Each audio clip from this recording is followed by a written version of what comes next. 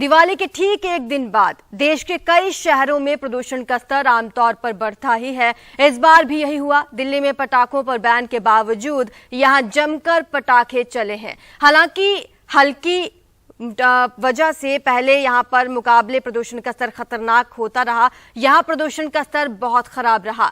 वहीं आज सुबह दिल्ली देश के सबसे प्रदूषित शहरों में रही, जबकि नोएडा दूसरे और गुरुग्राम नंबर 4 पर है। वहीं नंबर 6 पर फरीदाबाद रहा तो नंबर 10 पर ग्रेटर नोएडा और नंबर 11 पर गाजियाबाद का नाम है। साफ है कि दिल्ली एनसीआर की हवा आज सबसे जहरीली है। वहीं बीती रात दिल्ली में फायर सर्विस को भी 201 कॉल मिले हैं, जबकि पिछले साल 160 कॉल्स मिली थी। तो आपको बता दें कि हर बार की तरह इस बार भी दिल्ली में प्रदूषण अपने चरम पर है और इस बार भी AQI सचमुच बेहद खराब है, जो परेशान करने वाला है।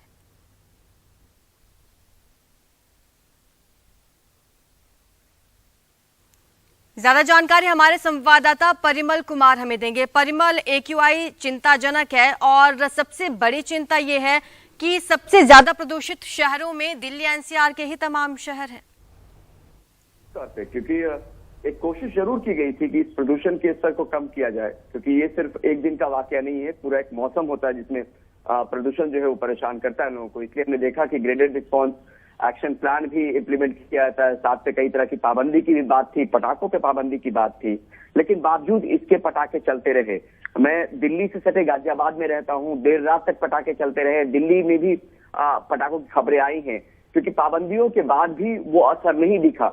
और सिर्फ आप सख्ती से काम नहीं निकाल पाएंगे, आपको कोशिश इस बात की भी होनी चाहिए कि जो लोग ये पटाखे जलाते हैं उनके अंदर भी ये भावना हो कि इसके जलाने का असर क्या हो सकता है। और प्रदूषण उसी की वजह से जो दमघोंटू हवा हो जाती है, वो कल रात में उसी तरीके का हाल था। जो सेंट्रल पॉल्यूशन कंट्रोल बोर्ड है, उसके जो आंकड़े हैं वो सीधे तौर पर बताते हैं कि हवा की क्वालिटी बहुत खराब रही और आनंद विहार में ये 377 दर्ज किया गया।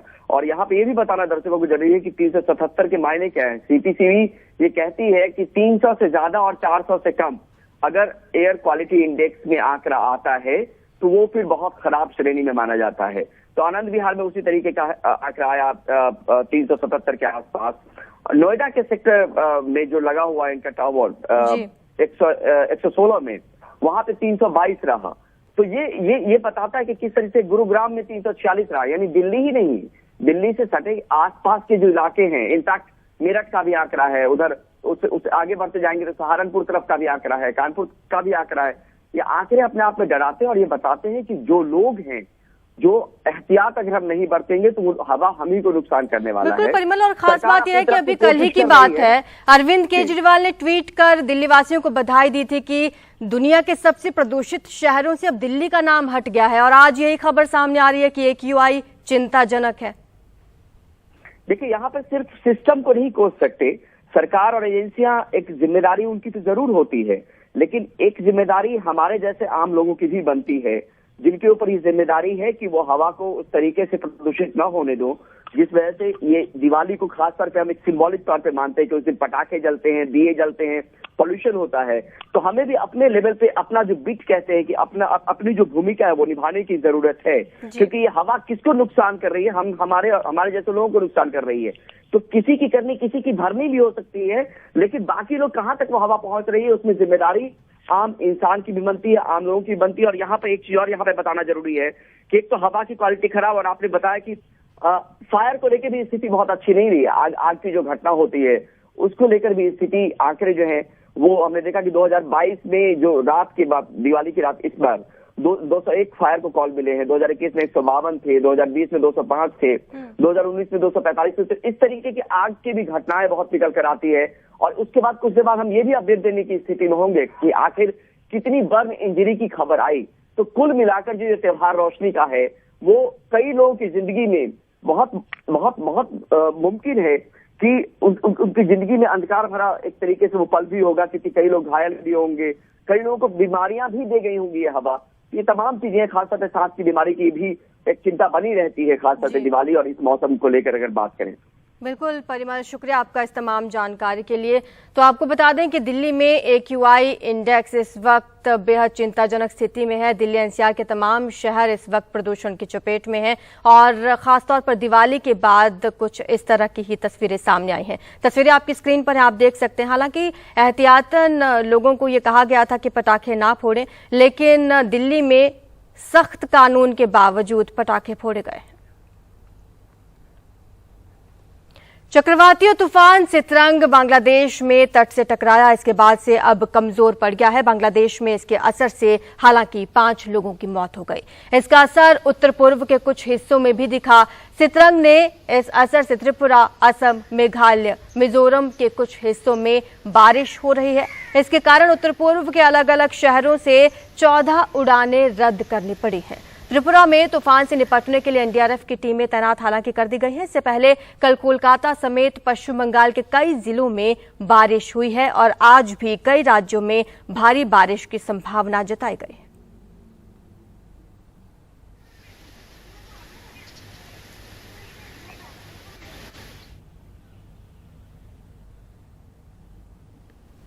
हमारे संवाददाता रतनदीप चौधरी ज्यादा जानकारी देंगे। रतनदीप, वैसे तो कहा जा रहा है कि अब बांग्लादेश में तट से टकराने के बाद तूफान कमजोर पड़ गया है, लेकिन भारत के किन किन हिस्सों पर इसका असर हो सकता है और कितना असर?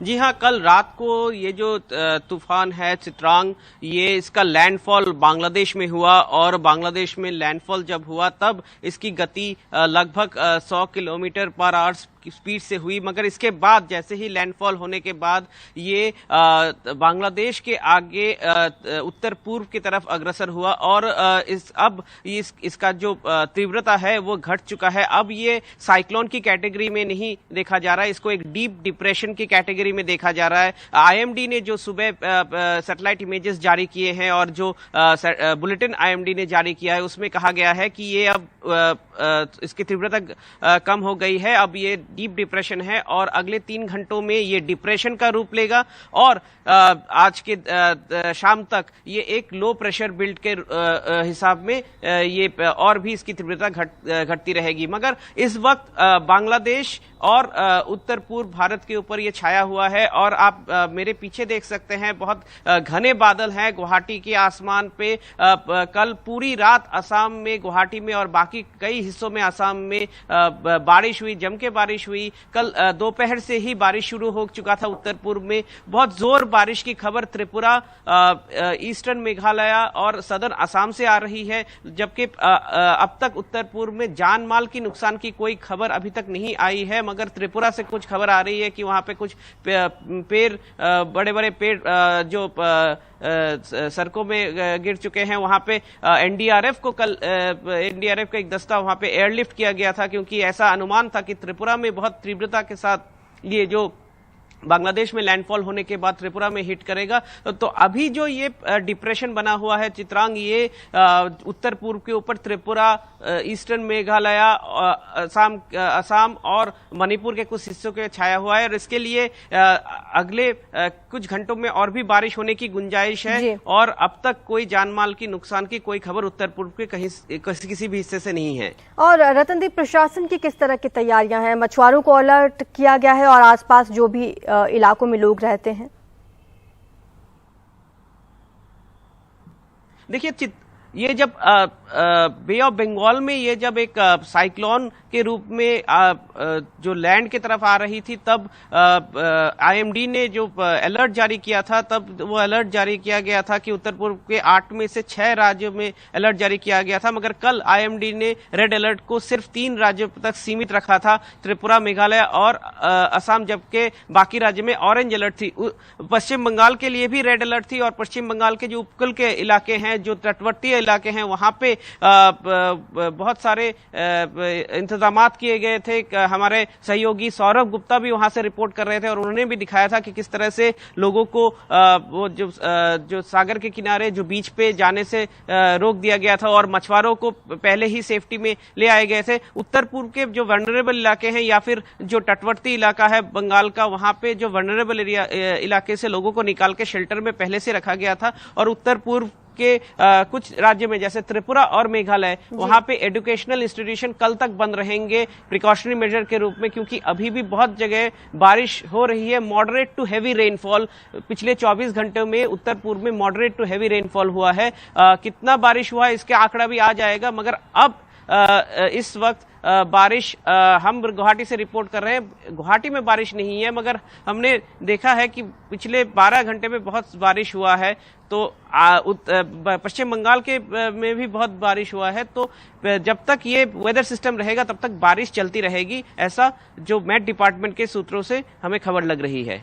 चलिए, शुक्रिया आपका रतनदीप इस तमाम जानकारी के लिए। तो आपको बता दें कि उत्तर पूर्व के कई राज्यों में भारी से भारी बारिश की संभावना घोषित कर दी गई है और लोगों को अलर्ट मोड पर रहने के लिए कहा गया है। केरल में राज्य की 9 यूनिवर्सिटीज में कुलपतियों की नियुक्ति के मामले में नया मोड़ आ गया है। केरल हाईकोर्ट ने सोमवार को 8 विश्वविद्यालयों के कुलपतियों से कहा कि वो अपने अपने पद पर रहकर काम जारी रखें और उन्हें केवल तय प्रक्रिया का पालन करके ही हटाया जा सकता है। जस्टिस देवन रामचंद्रन ने 8 कुलपतियों की ओर से दायर आपात याचिका पर सुनवाई की। कहा कि राज्यपाल की ओर से कुलपतियों को दिया गया निर्देश उचित नहीं था। दरअसल राज्यपाल ने इन 8 कुलपतियों को सोमवार तक इस्तीफा देने को कहा था। गवर्नर ने कुलपतियों को सुप्रीम कोर्ट के एक फैसले के आधार पर यह इस्तीफा देने के लिए कहा था।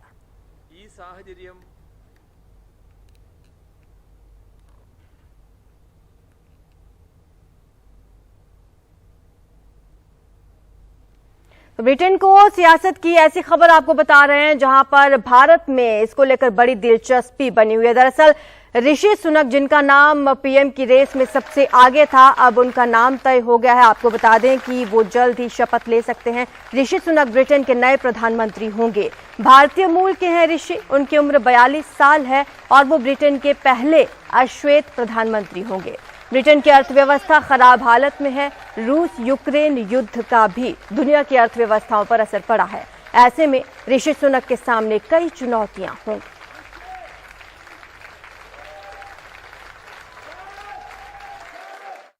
The United Kingdom is a great country, but there is no doubt we face a profound economic challenge.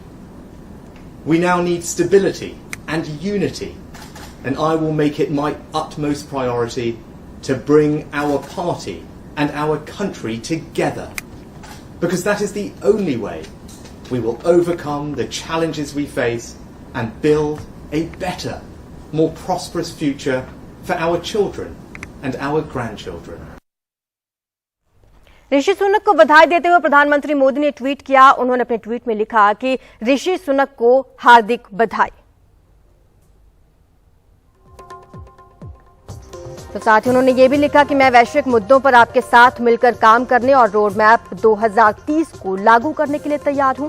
जब हम अपने ऐतिहासिक संबंधों को आधुनिक साझेदारी में बदल रहे हैं, तब ब्रिटेन में रह रहे भारतीय मूल के लोगों को इस लिविंग ब्रिज को दिवाली की विशेष बधाई। To traditional conservative economic values, and that means honesty and responsibility, not fairy tales. Liz, we have to be honest. महंगाई से बाहर आने का जो आपका तरीका है वो परी कथाओं जैसा है। Isn't a plan, it's a fairy tale. वो बिल्कुल सही साबित हुए। ऋषि सुनक पर डराने का आरोप लगाने वाली लिज ट्रस ने इस्तीफा दे दिया है।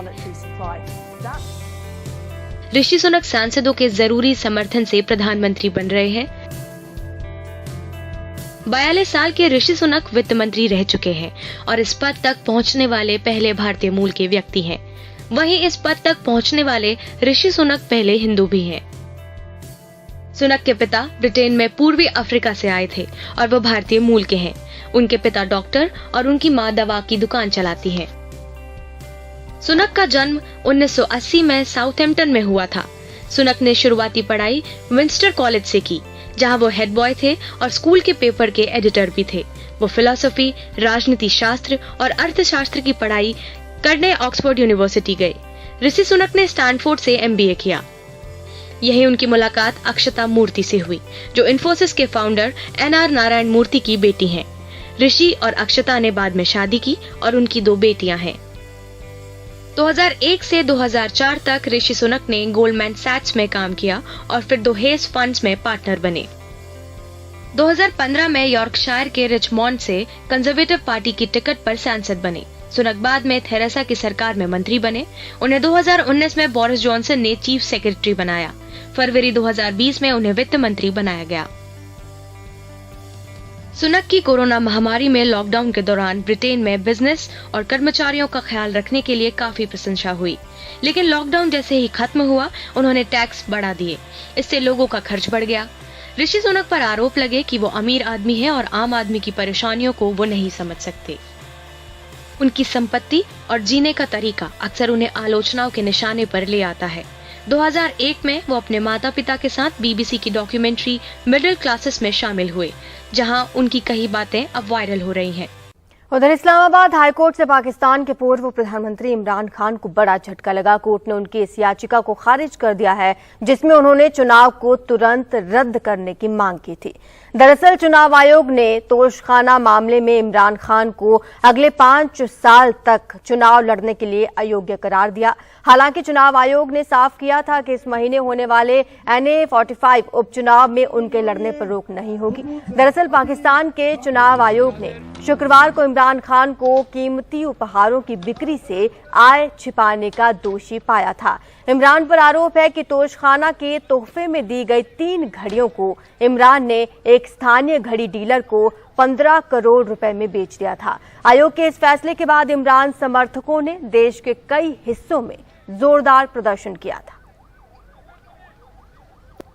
तो देशवासियों ने जमकर दिवाली मनाई और दिवाली के ठीक एक दिन बाद देश के कई शहरों में प्रदूषण का स्तर आमतौर पर बढ़ता है। इस बार भी यही हुआ। दिल्ली में पटाखों पर बैन के बावजूद यहां जमकर पटाखे छूटे हैं। हालांकि हल्की हवा की वजह से पहले के मुकाबले प्रदूषण का स्तर खतरनाक नहीं रहा।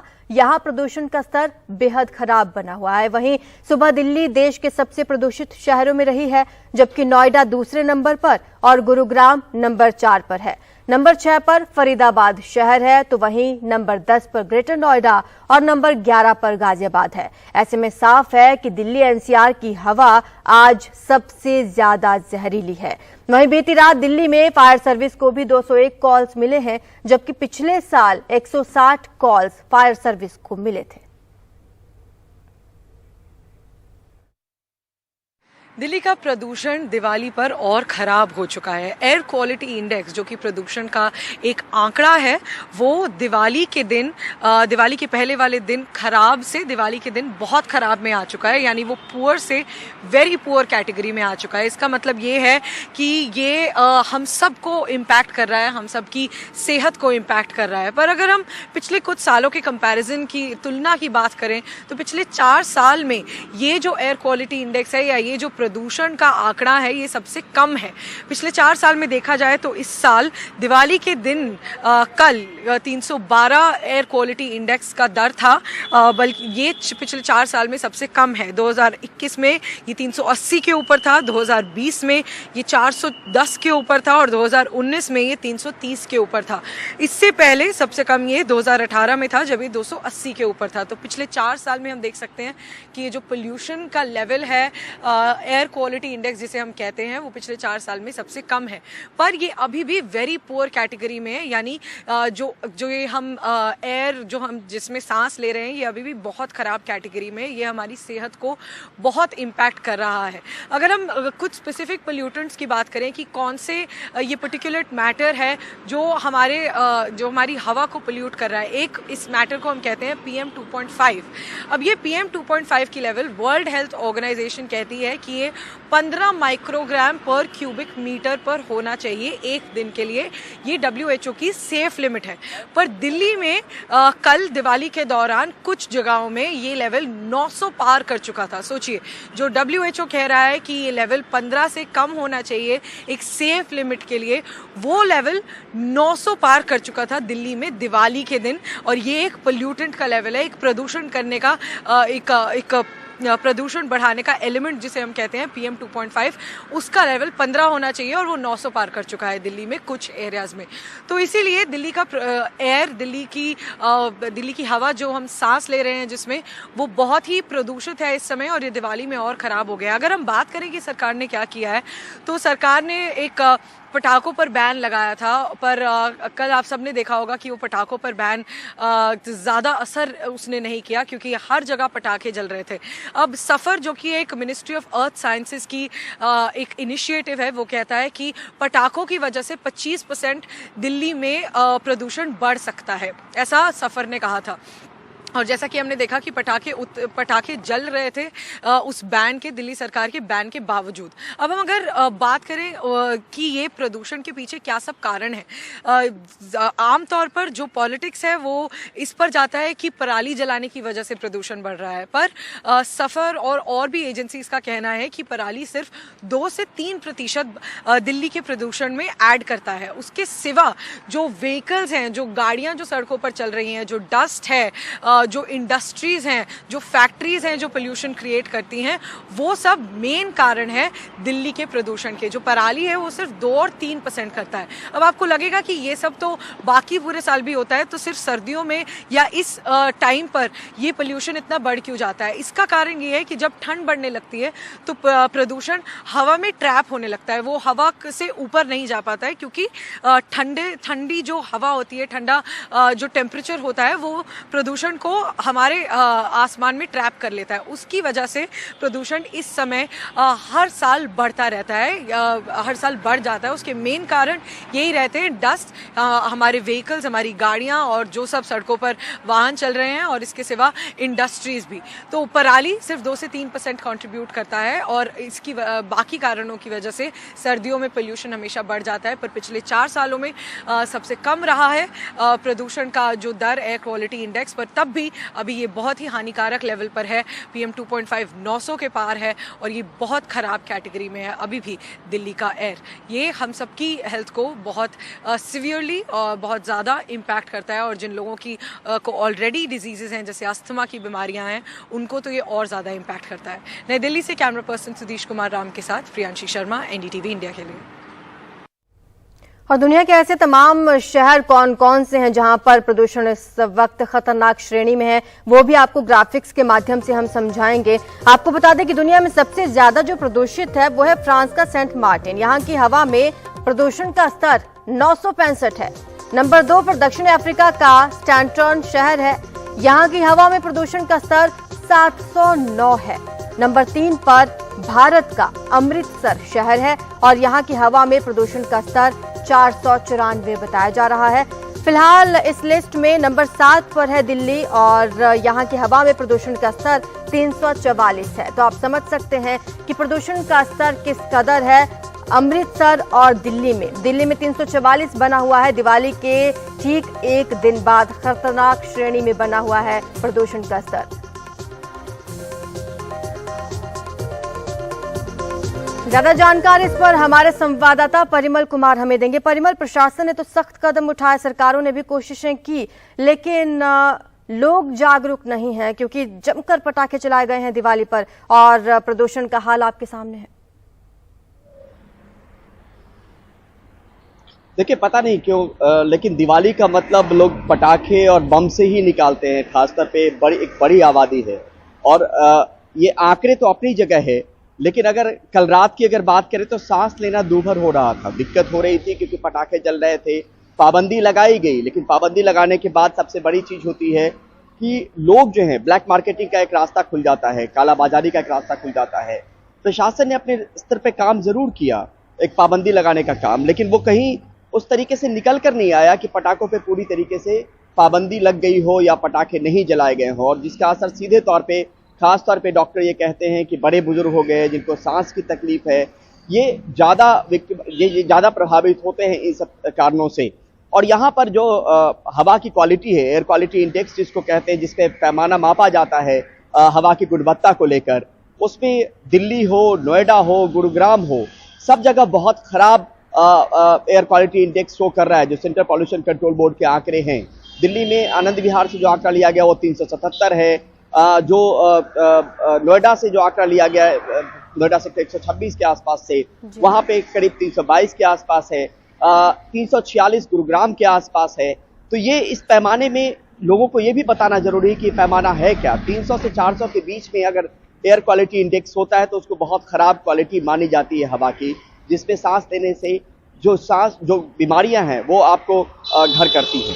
तो ये सबसे बड़ी चीज है कि सरकार अपने लेवल पे काम करे, लोग जागरूक हों, लोग ये समझें कि क्या ना करें और क्या नहीं करने से जो हवा की क्वालिटी हो बरकरार रखी जा सकती है। तो लोगों को सेंसिटाइज करने की जरूरत है। ब्लैक मार्केटिंग पे पाबंदी की बात तो है, लेकिन खास तौर पे जो सर्दियों का मौसम होता है। और शुक्रिया आपका। इसी मुद्दे पर हम ये भी जानेंगे कि लोगों का प्रदूषण पर क्या कुछ कहना है। हमारे संवाददाताओं ने बातचीत की है, आपको सुनवाते हैं। ज्यादा नहीं है पॉल्यूशन, ठीक है पहले से। ज्यादा पॉल्यूशन तो है नहीं, आप ही देख रहे होगे, विजिबिलिटी अच्छी है, साफ दिख रहा है सब जगह। नहीं, कुछ बीच में बारिश हुई उससे भी पॉल्यूशन कम हुआ, कुछ पटाखों में बैन लगा तो उससे भी पॉल्यूशन में थोड़ा कमी आई है। पिछले काफी सालों से इस समय काफी पॉल्यूशन होता था, विजिबिलिटी बहुत कम होती थी, अब तो काफी अच्छा है। इस बार पहले से मच बेटर है, क्योंकि फायरवर्क्स कम जला है और भी बहुत कुछ हुआ है, लेकिन पहले से बेटर है। यहाँ तो कम है, यहाँ नहीं है ज्यादा, क्योंकि मैंने कल भी गूगल से पता करा था तो वो 155 के करीब आ रहा था, और अभी मैंने देखा नहीं है। बट मेरे यहाँ मतलब कोई महसूस नहीं हो रहा कि कोई स्मॉग है या स्मोक है, ऐसा कुछ नहीं है। बहुत दिक्कत आ रही है। मैं घूम रहा हूँ, सुबह वॉक कर रहा हूँ तो मेरा सांस फूल रहा है।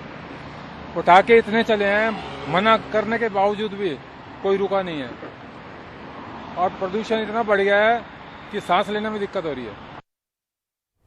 प्रधानमंत्री मोदी ने दिवाली के मौके पर करगिल से देश के दुश्मनों को सख्त संदेश दिया। उन्होंने कहा कि अगर कोई आंख उठाकर देखेगा तो सेना उसे मुंहतोड़ जवाब देगी। अगर कोई हमारी तरफ नजर उठाकर देखेगा तो हमारी तीनों सेनाएं दुश्मन को उसी की भाषा में मुंहतोड़ जवाब देना भी जानती है। सीमा पर तैनात सेना के जवानों के साथ प्रधानमंत्री नरेंद्र मोदी पीएम बनने के बाद लगातार 9वें साल दिवाली के मौके पर जवानों के साथ। करगिल युद्ध में जहां 23 साल पहले भारतीय सेना ने अदम्य साहस का परिचय देकर पाकिस्तानी सेना को घुटने पर टेकने पर मजबूर किया था, वहां पहुंचकर पीएम ने जवानों का हौसला बढ़ाया। कारगिल में हमारी सेना ने आतंक के फन को कुचला था और देश में जीत की ऐसी दिवाली मनी थी, ऐसी दिवाली मनी थी कि लोग आज भी याद करते हैं। करगिल में सर्दियों में तापमान 0 से 25 डिग्री तक नीचे गिर जाता है, ऑक्सीजन की कमी होती है। ऐसे दुर्गम और मुश्किल जगह पहुंचकर पीएम मोदी ने विरोधियों पर निशाने भी साधे और सरकार की उपलब्धियां भी गिनाई। भ्रष्टाचारी चाहे कितना भी ताकतवर क्यों न हो, कितना ही ताकतवर क्यों न हो, अब वो बच नहीं सकता और बचेगा भी नहीं। प्रधानमंत्री मोदी हर साल दिवाली का पर्व जवानों के साथ मनाते आए हैं। 2014 में जब से उन्होंने प्रधानमंत्री की कुर्सी संभाली है, तब से जवानों के साथ ही दिवाली मनाते रहे हैं। इस बार भी पीएम मोदी ने इसी परंपरा को कायम रखा। उन जवानों को मिठाई भी खिलाई जो देश की सुरक्षा में तैनात होने की वजह से अपने परिवार वालों के बीच दिवाली का त्यौहार नहीं मना पाते। नई दिल्ली से राजीव रंजन, एनडीटीवी इंडिया। न सिर्फ भारत बल्कि अमेरिका में भी दिवाली धूमधाम के साथ मनाई गई। व्हाइट हाउस में राष्ट्रपति जो बाइडेन और उनकी पत्नी जिल बाइडेन ने भारतीय अमेरिकियों के साथ दिवाली मनाई। इस कार्यक्रम में उपराष्ट्रपति कमला हैरिस भी मौजूद रही। इस दौरान राष्ट्रपति जो बाइडेन ने कहा कि दिवाली हमें याद दिलाती है कि हम में से हर एक के पास दुनिया में रोशनी लाने की शक्ति है। ये एक विकल्प है और हम इसे हर दिन चुनते हैं, चाहे यहाँ अमेरिका में हो या भारत में।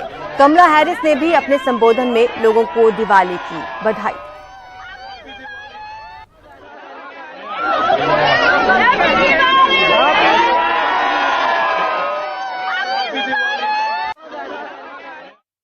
चक्रवाती तूफान सितरंग बांग्लादेश में तट से टकराया। इसके बाद अब ये कमजोर पड़ गया है। बांग्लादेश में इसके असर से हालांकि 5 लोगों की मौत हो गई है। इसका असर उत्तर पूर्व के कुछ हिस्सों में दिख रहा है।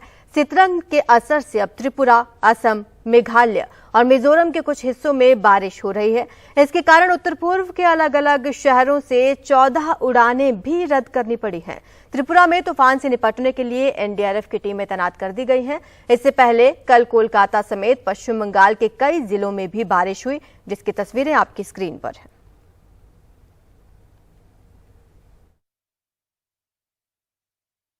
देखिए, साइक्लोन के प्रभाव से पश्चिम बंगाल तो बच गए, लेकिन बांग्लादेश में अभी तक 7 लोगों की मौत की खबर आई है और इसके साथ साथ और लोग के भी जान जा सकते हैं, ऐसे खबर है। क्योंकि साइक्लोन जो है बांग्लादेश में लैंडफॉल किया है। 88 किलोमीटर पर आवर प्रति घंटे से की रफ्तार से ये हवा जमीन के ऊपर से चली है साइक्लोन के लैंडफॉल होने के बाद। और जो कोस्टल डिस्ट्रिक्ट है बांग्लादेश के और बोरिशाल डिस्ट्रिक्ट खास करके जहां पे लैंडफॉल हुआ है, वहां से भी कुछ डैमेजेस की खबर आ रहे हैं। बांग्लादेश में बहुत सारे लोगों को साइक्लोन शेल्टर में हटाया गया था साइक्लोन आने से पहले, लेकिन उसके बावजूद कुछ लोगों की मौत की खबर आ रही है बांग्लादेश से।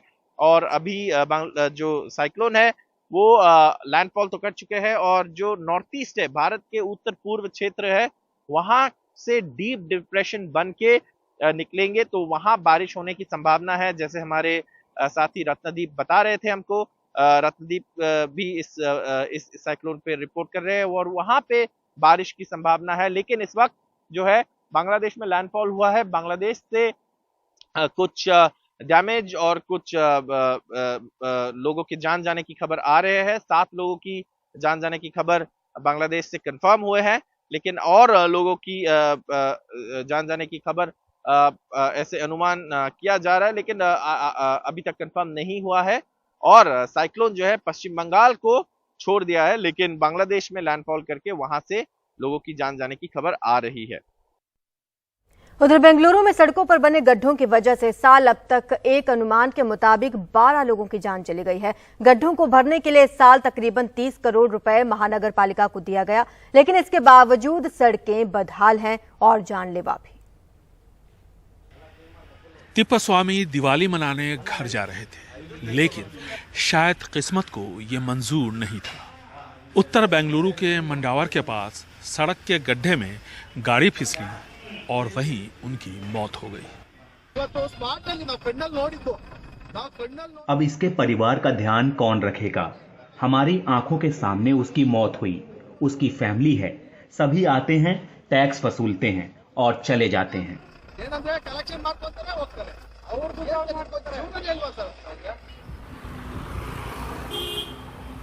शहर की दूसरी सड़कों का हाल देखिए।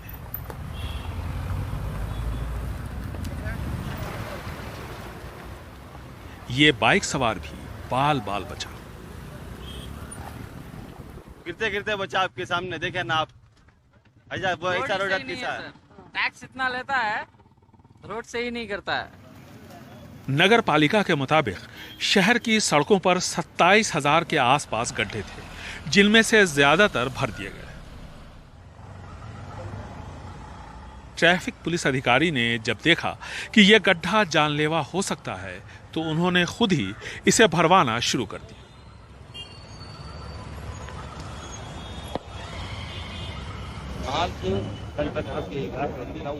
हॉट जोन में कॉन्टैक्ट्स की टीमें हमने बनाई है।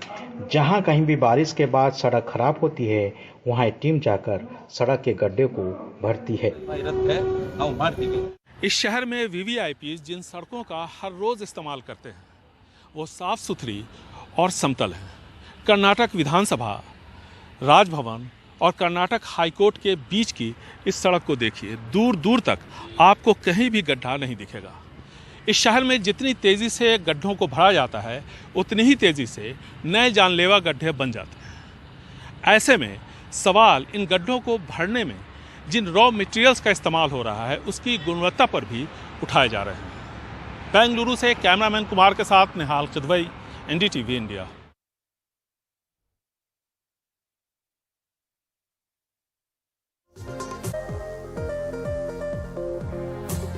तो वहीं उत्तर प्रदेश के कन्नौज में लोगों की संवेदनहीनता का एक मामला सामने आया।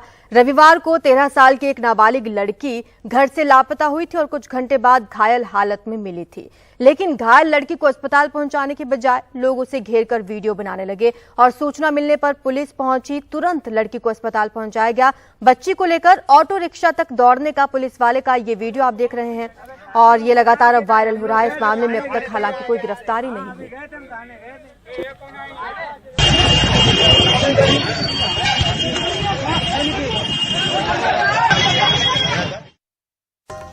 देश के कई शहरों में प्रदूषण का स्तर आमतौर पर बढ़ता है दिवाली के बाद, और इस बार भी यही हुआ है। दिवाली में जमकर पटाखे चलाए गए। कई शहरों में रोक थी, बावजूद इसके दिल्ली में भी पटाखे चले हैं। हालांकि यहां पर हल्की हवा की वजह से पहले के मुकाबले प्रदूषण का स्तर खतरनाक नहीं रहा, लेकिन बढ़ा जरूर है। वहीं आज सुबह दिल्ली देश के सबसे प्रदूषित शहरों में रही है, जबकि नोएडा दूसरे और गुरुग्राम नंबर 4 पर है।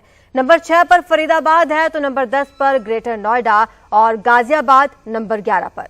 साफ है कि दिल्ली एनसीआर की हवा आज सबसे जहरीली है। वहीं बीती रात दिल्ली में फायर सर्विस को 201 कॉल्स मिले, जबकि पिछले साल 160 कॉल्स मिले थे।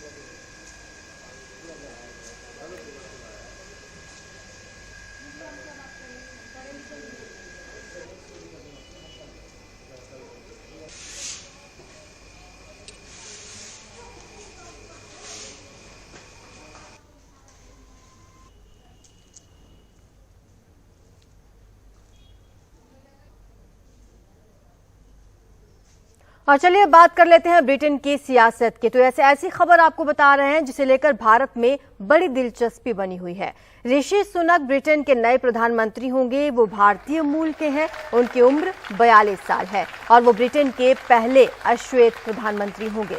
ब्रिटेन की अर्थव्यवस्था क्योंकि खराब हालत में है, रूस यूक्रेन युद्ध का भी दुनिया की तमाम अर्थव्यवस्थाओं पर असर पड़ा है।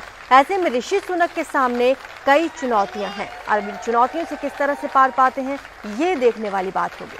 फिलहाल बधाइयों का तांता अभी से लगना शुरू हो चुका है और कई नेता उन्हें बधाई दे चुके हैं।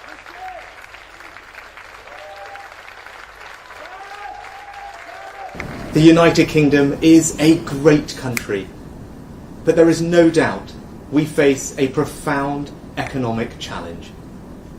We now need stability and unity, and I will make it my utmost priority to bring our party and our country together, because that is the only way we will overcome the challenges we face and build a better, more prosperous future for our children and our grandchildren.